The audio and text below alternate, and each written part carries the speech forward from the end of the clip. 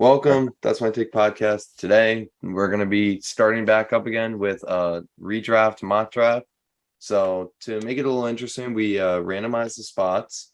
It's gonna be one QB, two running back, three receiver, flex, just one tight end, like normal scoring. We were gonna try different draft strategies to kind of give you guys an idea and like a little look at like what draft spots are the best and what you could kind of do with that draft spot. Any idea on what you guys are going to do strategy wise, or are you just going to kind of wing it so Yeah, far? I said I'm gonna go RB heavy. Okay. Yeah, I'm gonna do the opposite. I'm gonna go zero slash whatever you call it, zero RB. All right. And Yeah, I since heard you a lot of people guys call it RB0. are going positional like focused, I'll just do like kind of like Best best available. available, kind of like draft, yeah. So we are going to start the draft. Why is it? All right. Well, Draft has begun. sleeper quit unexpectedly. Well, oh well. Yeah, either way, you guys get the point. You got to see my nice back screen. So either way, I got the three pick What are your thoughts here, Ant? McCaffrey and Taylor off the board.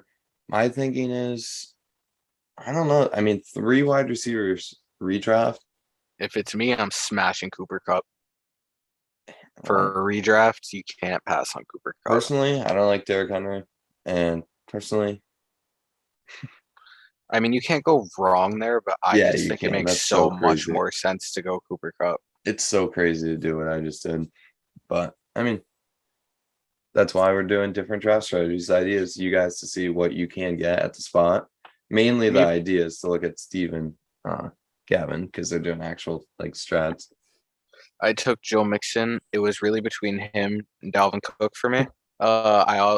Also think DeAndre Swift is a big breakout candidate, but I think that Joe Mixon has the highest floor out of the group, and that's why I took him. Okay, well, Cook went to 10. I don't care if this is computers or not. That is insane. Also, if you're watching, if you would like to do a live podcast with all of us in the future, we would be more. I mean, I'm down to do it if you guys are down to do it. Get a full like 12 I'm people in against here. it. I think it Yeah. would be. I think it'd be kind of sick. So I did say I was going RB heavy. You did say you were going to RB heavy. Yes, you did. Going Javante, I personally like him more. I'm not a big Aaron Jones guy. I'm a believer in Saquon, but I don't know. I just prefer Javante over the group. I think So- he's the most talented. Yeah, here. I don't know. This is tough. So I'm looking at. I already have my receiver. These guys have the swing around. They're probably gonna go RB receiver. In my opinion, if I'm in the situation, I'm just going who I believe is like that next best player, not just trying to fill that running back need because I know I'm up soon. So for me, I love if you think Debo can reproduce, and I think it's good, but I think right now, honestly, for me, I love Keenan Allen in this spot. Which Yeah, I mean, Keenan, Josh Allen yeah, is almost impossible that he goes there, but I don't see Josh Allen going that high. That's no, why we need to fill our drafts with no. our friends. So my next time around, I really love the receivers here, and as you can see, like some of these spots here, they kind of like running backs, running backs, running backs. So they're not really necessarily looking to get one. So I could maybe even sneak and try and do the zero RB, which honestly, with three receiver, I don't think it's that bad of an idea. So for me, I like T Higgins most here. AJ Brown's not a bad choice though. Um, I Well, think you kind of just play the board and hope that people hadn't gone so running back heavy. Obviously, running backs are kind of flying. You knew Team Five would go running back after the two receivers, and I don't know. I mean, for me, I think if you're That's gonna how the board plays out. You just if kind of know your league and know your league mates. if you're gonna go the way that I have gone to start and the way that Gavin's going to start, I think you almost have to just full on commit to stacking your receivers to a point where your receivers are so much better than everyone else that you're automatically winning in that position every week. That position and flex, you have to win. Okay, I am gonna cut you off because I only have 15 seconds left. If this was me drafting in a money league, I'm taking AJ Brown, no questions asked. But strategy, I have to take David Montgomery. Mhm. He's a bell cow running back, and he is more proven than Cam Akers. Cam Akers has more upside, but David Montgomery has the highest floor available. You don't necessarily have to See, go. I don't know. I mean, I don't know. I I would said I take. was gonna go RB heavy, I and low that's key want like to take Cam Akers, but there's nothing wrong can't with press that. on Brown. Can't. Nah, I'm the just not a point, Uh, Cam Akers the guy. point with I'll go with two. So like Ron Stewart's one of the people I listen to a lot on YouTube. I've And never listened to him. he kind of explained the zero RB strategy in a way that like many people don't realize. He said the objective is in zero RB is to not take the guys in the dead zone, but more to take. He said your first 9 picks, you should have at least 6 receivers if you're in like a 3 wide receiver redraft league. So this way you have 4 main guys for your 3 receivers and flex. You have an injury backup and you have a weekly like bye week matchup. So it's like something where like you're dominating in that position, and then he kind of said like the zero RB, like you get like the Alexander Madisons and the Tony Pollard, and you just have to pray that like week by week you're picking guys up. And like if you look at it, there is guys every week that are fillers. It's just very risky that like certain people want to take that chance. I am not someone that like willing to do that, but I mean, like if I'm in this situation, honestly, like I don't really love any of the running backs to take right here. This is like kind of that dead zone opportunity right now. I mean, I could go Waller, but honestly, I'm thinking maybe like go another DJ Moore. Now I get like now I get a choice at either Lamar or Burrow. Personally, I like Or you could Lamar. go Waller. Personally, I like Lamar more. Um, but yeah, I don't know. I mean, let's see who's still there. Yeah, I guess in this situation, I would go. I like Lamar the best, but I probably just get Burrow for the stack. But for this scenario, I'll just make it interesting. I go Waller.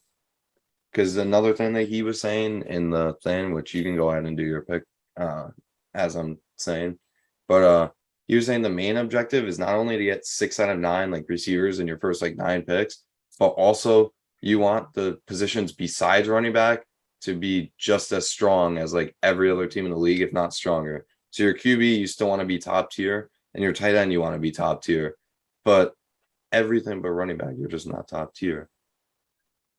Yeah. And this way, as long as you can get that waiver pickup every now and then with running backs, and since running backs get hurt so often, you could do that.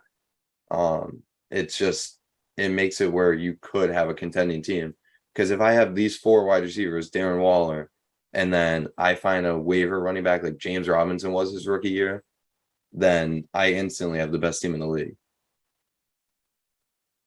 Yeah, that's fair. Now, if you don't have it, you're not getting that. You're not getting the championship likely. If you don't get a couple guys that can fill in or make a trade, you're not going to. But I mean, that's the thing about fantasy football. You got to take risk, and sometimes it pays off, sometimes it doesn't. Yeah. So, in this situation, here's another spot where like I could go running back, but honestly, like there's still really good quarterbacks too. I don't even have to reach on a quarterback if I don't want to.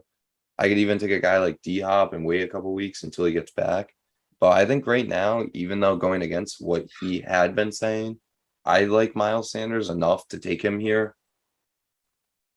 And then maybe this next time around, I don't necessarily want to quarterback again. I could go with I meant not necessarily a running back again, but I could go with, I mean, Dak is obviously like reliable option, but I'll make it interesting. I go Jalen Hurts.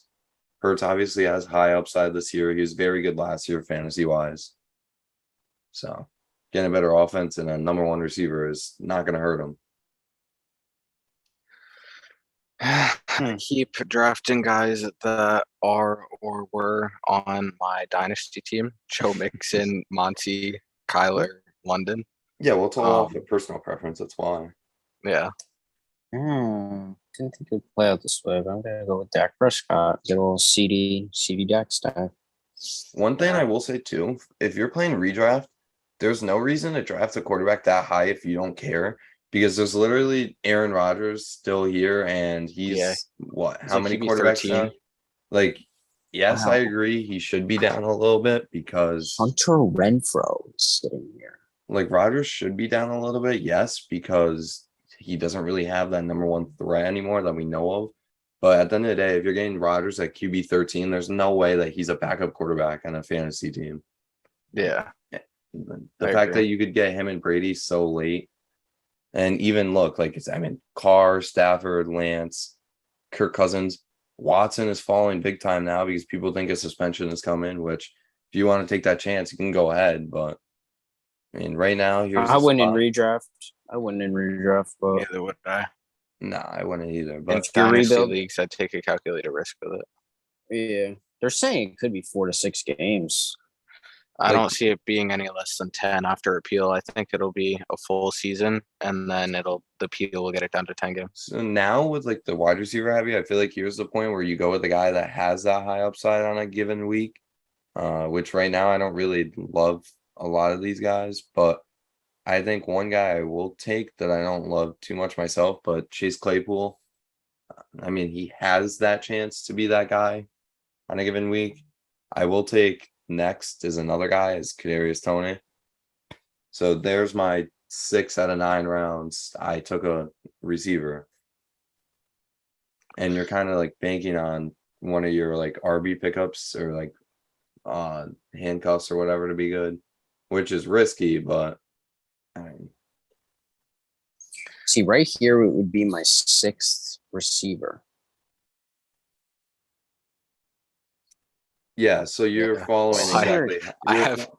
I've taken 3 receivers. You're following how it should be, Gavin, according to like I forget. Ron quoted another guy, but the other guy said like pretty much like you took the 6 receivers like you're supposed to, but then you also took the running backs in the middle in that dead zone area that like you're not supposed to. Because now like you have an elite quarterback and you have elite receivers, but your tight end is not really elite.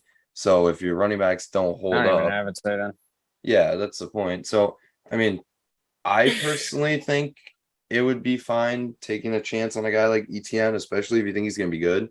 Because if ETN's good for you, you have 3 insanely good receivers, and you have Hollywood Brown in case.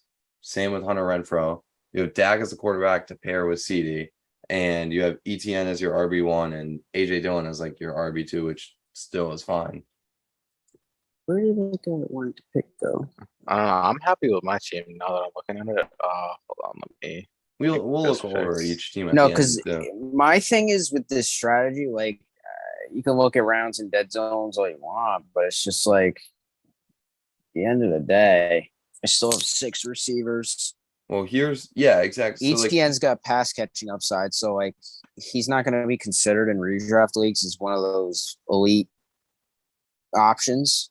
mhm. I mean, here's a But I point feel where like AJ Dillon's a great guy to target if you're looking to run this strategy Yeah. because that's like a Kareem high. Hunt, Yeah, Madison, Pollard.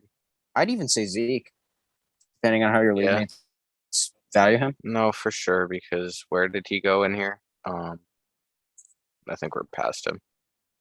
He went earlier. Let's see. Oh wait, I can just look on my phone. I'm dumb. Zeke.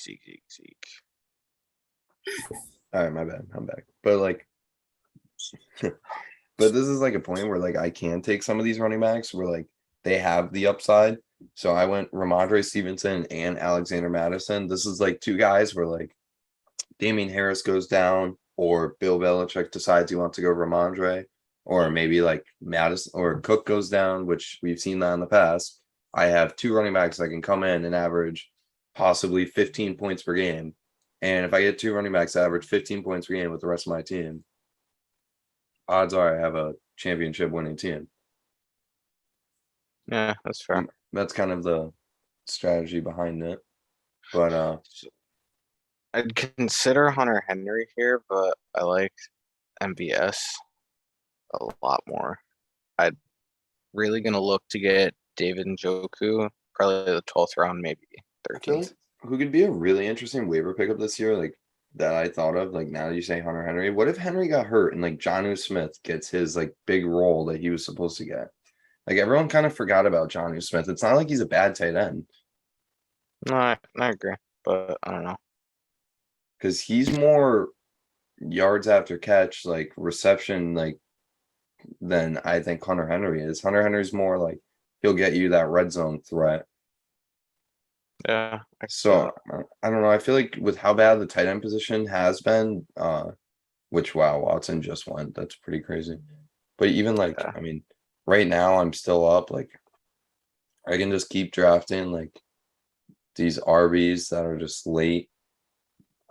I mean, I don't even know who else at this point. But like JD McKissick, he was a good guy you could use last year. And then I have one more pick and another RB. So I'd go maybe like Khalil Herbert. Montgomery goes down. That's a solid option per week. Yes. So Pretty sure Herbert averaged like 6 yards a carry too. I mean, after your guys' picks, we're gonna pause it real quick and go over the teams because that's just the defense and what's it called? Kicker rounds. I'm curious. Let's see. All right. End it off. And then we'll look at each of our teams, and after that, I'm happy with this team. I mean, not in love with it, We'll but just take a Steeler. We'll take a Steeler. George Pickens. Okay. All right. So as we can see, so we'll start. I guess we'll just start with mine since I was the third pick. scroll up to the top. Oh, yeah, There you that's go. better. Put us up here. Okay. So as you can see, this was kind of like, I mean, this is like the true like zero RB. Gavin kind of did it too, but this is kind of the idea behind it. So you get a quarterback that you think you can trust for fantasy. Odds are you'd probably want to take one a little earlier than I did, but I mean, it's fine. Then I have the one running back, which you're not really supposed to take, but it is what it is. And then the rest of my running backs, as you can see, I have Ramondre, McKissick, Madison, Khalil Herbert. Those are guys that with injuries or with a bigger role could average like 10 to 15 points per game, which with that being said, having Jefferson, Keenan Allen, T. Higgins, and DJ Moore as your 4 starting receivers is really good. And then Darren Waller as your tight end. Like, I mean, if you get those guys to like go off, you could get lucky. And then maybe you decide to make a trade eventually, or you get a good waiver pickup, something like that. Like I said, like the James Robinson situation. It's not a terrible strategy. Is it something that I would do personally? Probably not, because I don't think I have the balls to try it. But it's definitely something you could do. But moving on to Steve's team.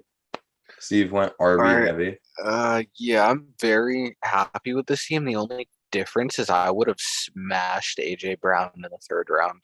Mhm. Pause. I think that like Whoa.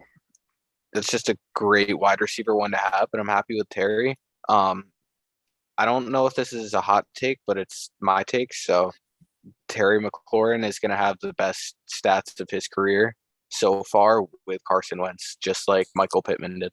No, that's fair.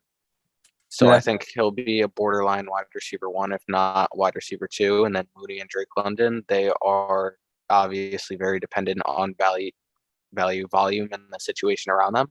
Mhm. But I think having guys like Mixon, Javante, and Monty can really make up for that. And then Kyler Yeah. Murray, guaranteed top.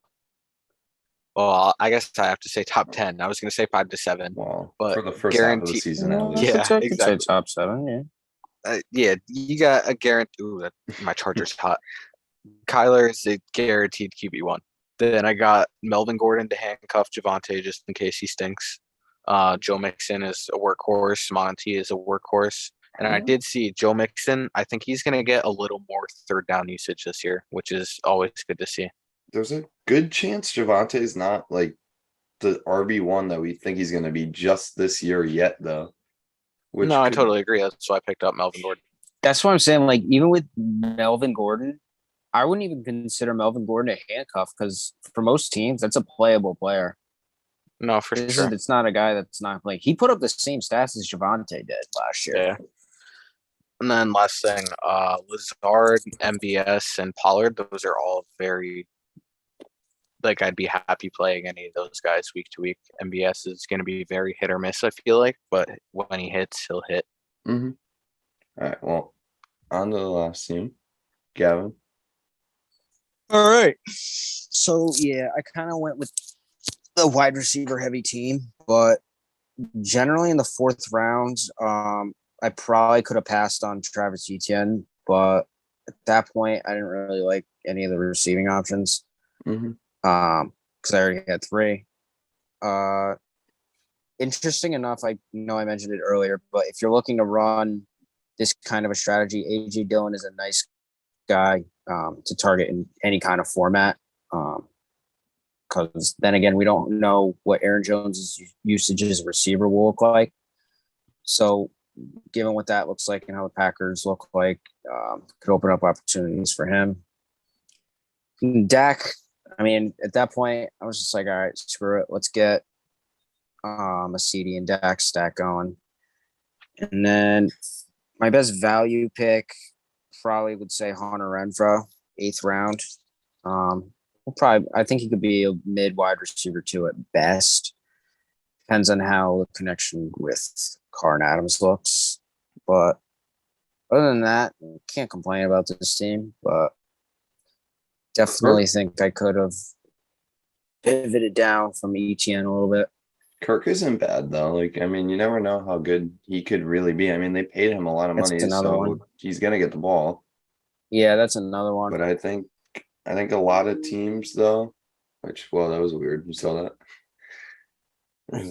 So I think a lot of teams though, like I mean, you saw Ramsey. I think some of them are gonna take it upon themselves to show the Jaguars how stupid they were for giving Kirk as much money as they did. So that'll be interesting to see how that plays out. But I mean, I don't think any draft strategy is bad. It just depends how you go at it. Honestly, personally, my favorite is kind of just winging it and going off of my gut. And really, you take the players you think are going to be good. And if you're wrong, and you live with it. And if you're right, and you just pray there's no injuries because it Sometimes you doesn't could matter. wing it though. Sometimes you could wing it though, and you can just adjust. Yeah, no, I agree. My opinion is the best draft strategy to have is no draft strategy. Like you Yeah. can't Yeah. go in with a set strategy because then when someone else takes the player you want, you're like, well, my Yeah. whole season's ruined. Well, one So thing yeah, too. you can't Go ahead. you can't like pray for one guy to be there at every round. You need to have a backup plan. You need to have a plan A, B, and C really.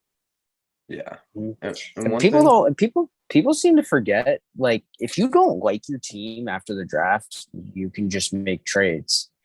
Yeah. So Mhm. you can build your team around the strategy you wanted to do. Yeah, exactly. I just think one thing too is like I hate that people draft only revolving around like bye week sometimes too, which it's like That's annoying. let's say my I entire used to starting do that. let's say my entire start I did too, but that's why I realize now like let's say my whole team has a bye week 10, but I have the best player in every position. Who gives a shit that I'm losing week 10 if I'm going to win every other week? I'll take the loss on week 10 if week 15, 16 and 17 in the playoffs I'm winning easy. Like I Yeah. don't care about week 10. I just scrolled through my team. 1, 2, 3, 4, 5, 6 of my players have a week 14 bye. Yeah, so yeah, exactly. But one, if those guys are all good, that means they're going to be fresh for the fantasy Wait, playoffs off of their Was bye it week week. 4? Is it week 14 So, start of the Yeah, playoffs? look, No, week 15 though. yeah, But I don't because know. we added the extra game to the I season. mean, Yeah, anyways, my whole wide receiver core is out week 14. All anyways, I'll have on my team is MVS for wide receiver. I hate to cut you off, but Oh yeah, I think that's going to be you gotta end it. well, yeah, but it's also I don't want to drag it on. But I mean, if you guys want to do a mock draft or you're still watching, just let us know. Shout out to Gavin's iPhone, and For sure. we'll see you in the For next sure. one. Peace. Peace.